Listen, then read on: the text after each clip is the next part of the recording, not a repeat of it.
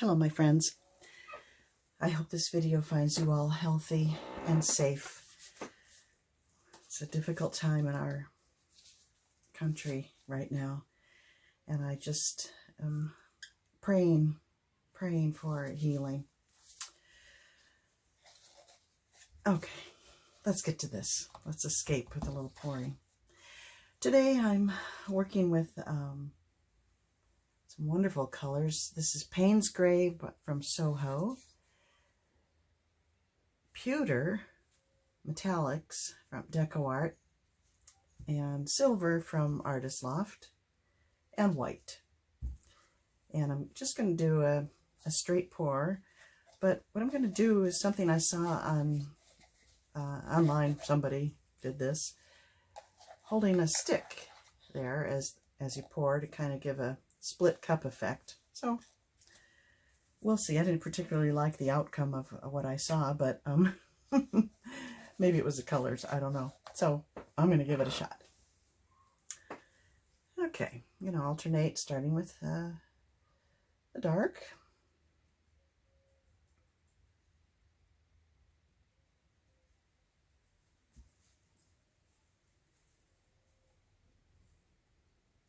Try to stay away from black and white in the same pour because I just don't like getting gray. But I like the contrast of a very dark color, so that Payne's Gray kind of fits the bill. And this pewter is quite dark as well. One of my all-time favorite pours was done with pewter, white, and I'm not sure what. I'm hoping it was Payne's Gray. That was before I started taking notes on things. Or if I did, it was on a scrap of paper, which is long gone.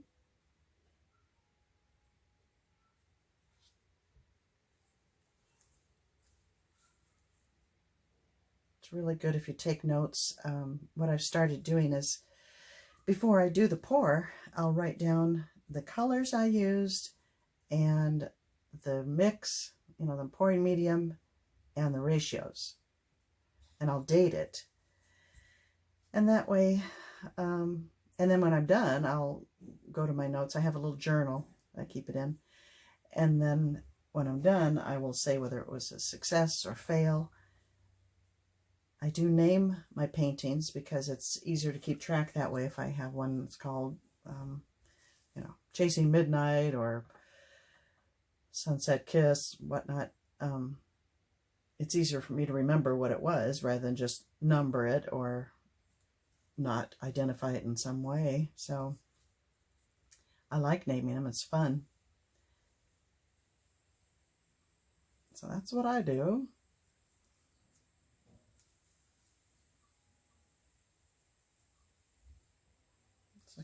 Looks like about 4 layers of color.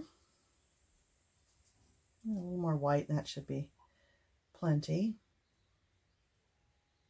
Or maybe 3 layers. I have more white in between than anything else.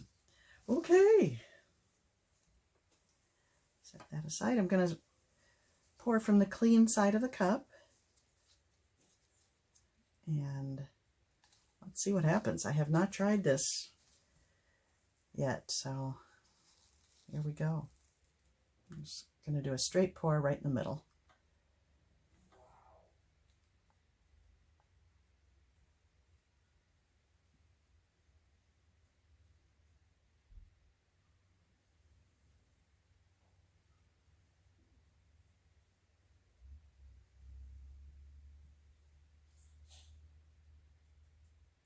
I like it so far.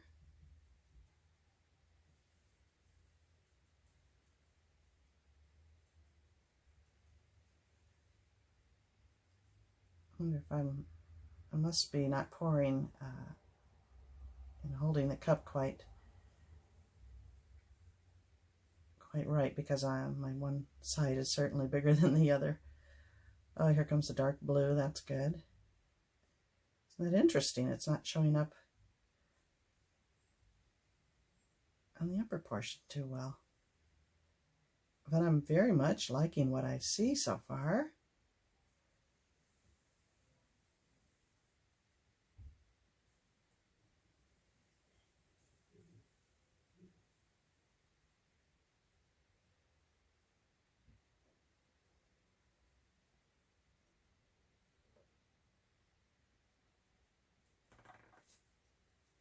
My arm's getting tired. I'm going to support it while I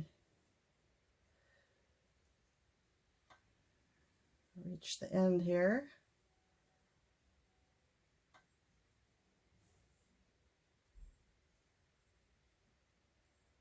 Next time I may do only 2 layers. I may have had too many layers in the cup. But it's too early to say if it's a success or a fail.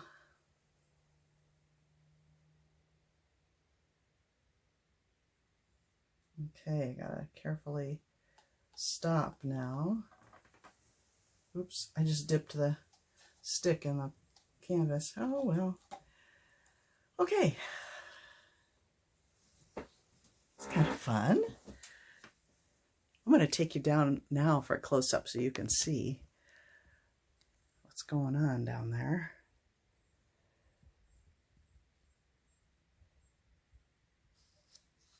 See that? By doing that with a stick, that's all that effect. I like it. Interesting. Okay, let's get you back up in the bracket and get to tilting.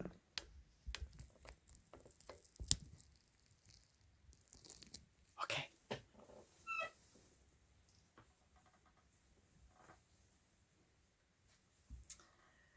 Ooh.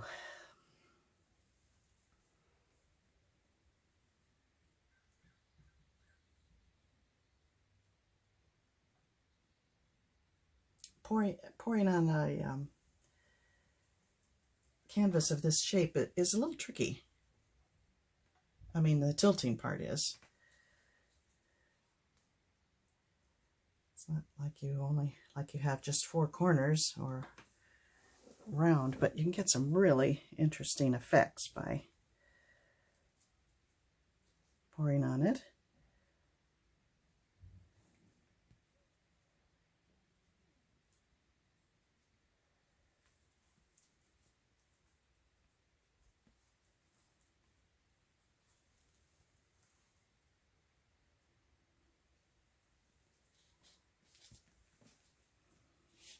I like this part a lot, so by pouring over there, tilting that way first, I'm preserving it, now coming back to cover this section.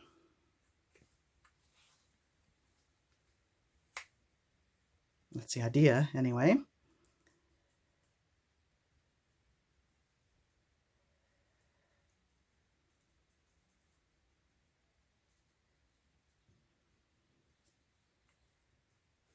Oh man, this would make a great background for something. I'm not sure what, but it's very interesting. It may be good enough to stand on its own. I like those too.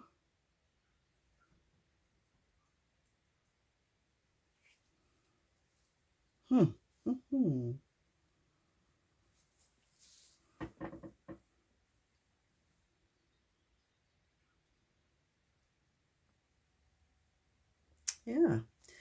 All right. I'm going to bring it down further this way. I'm not, I like parts of it very much. This is not very interesting, but I like this. I love that. I like this section. Yeah, it's just this. So I'm going to come down this way.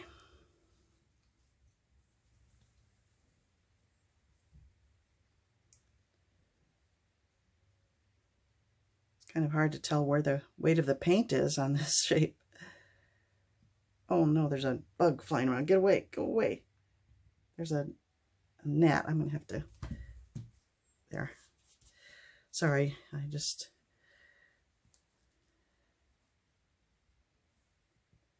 I could not risk having him land in my wet paint here. You know what, I better stop.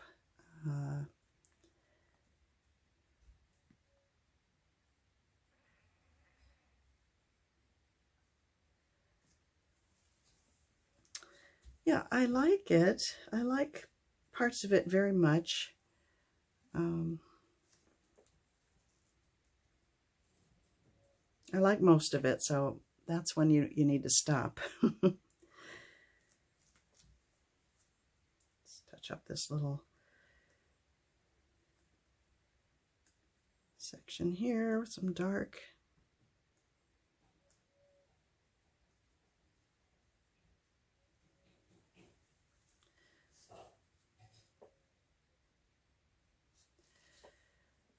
Yeah, I don't know if that was a good idea. Put some over here to balance it out.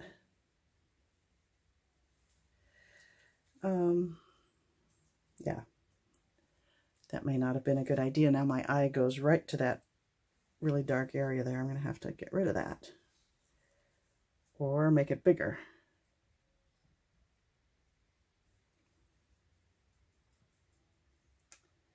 This is when you get into trouble. You start questioning, second guessing, messing with it too much. No, I better leave it. I better leave it. When it's dry, I could always cover that up if I find it a problem. I wish I had more dark down here, but I just don't want to do anything further at this point.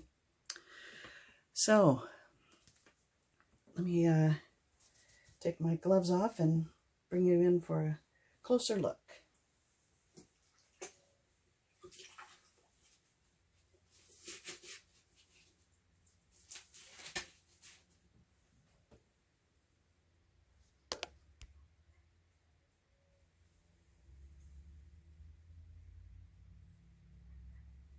And that's really quite wonderful there. That was the end of the cup, and you can really see the definition there between the two sides, either side of the stick.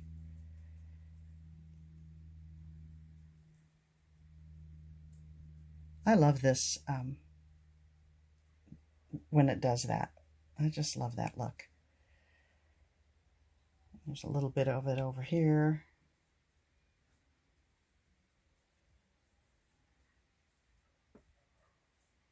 That's kind of pretty. When it dries, it'll be quite lovely. The only part I don't really care for is down here. But it's not bad. I think overall, it's interesting, and I will certainly be doing that stick trick again. I hope you will too. Okay, folks, thanks for joining me. Stay well, stay safe, stay happy. Bye-bye.